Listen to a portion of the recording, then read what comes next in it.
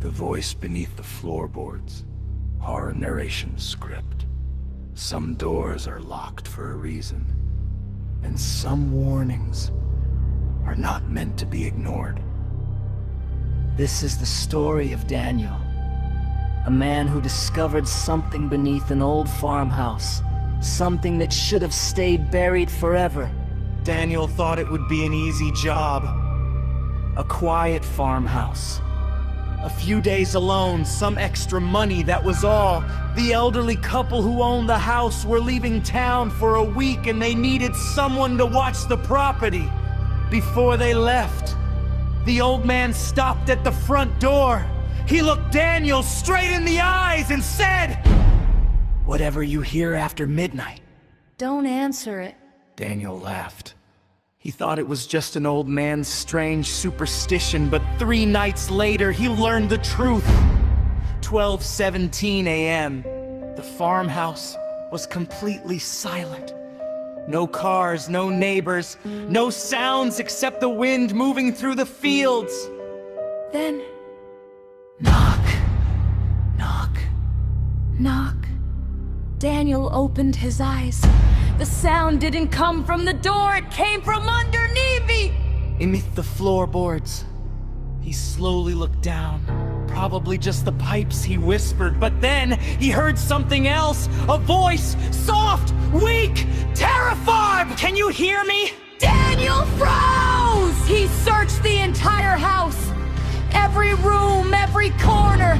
Nothing, nobody, but then the voice returned. I'm under the floor. Daniel grabbed his phone. He wanted to call the police, but then he remembered the old man's warning. Don't answer it! So Daniel stayed silent. And for a few moments, everything was quiet. Until... Knock, knock, knock. Please, I'm cold. The next morning, Daniel searched around the house behind the old barn. Hidden by weeds, he found something, a storm cellar. The doors were covered in rust and wrapped in old chains. A sign hung from the front, it said, "Do not open!" But Daniel couldn't stop thinking about it. That night he searched through the owner's study inside an old cabinet. He found newspaper articles, stories about missing people, families who disappeared without a trace, and every article mentioned the same farmhouse. This farmhouse.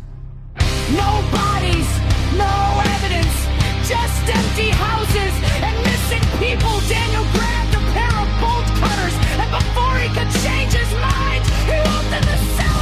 The door creaked open, cold air rushed out, the smell of dirt, and something looked worse filled the air. Daniel slowly walked down the stairs.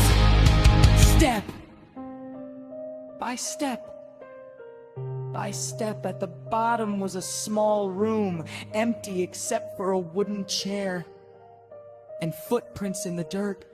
Fresh footprints. Someone had been standing there, facing the wall. Daniel lifted his flashlight and saw hundreds of names carved into the stone.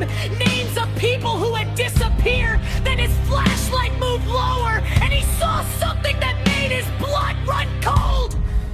A name, freshly carved, with today's date. His name. Daniel stepped back! The cellar door slammed shut. He ran toward it, pushing, pulling, screaming, but it wouldn't open.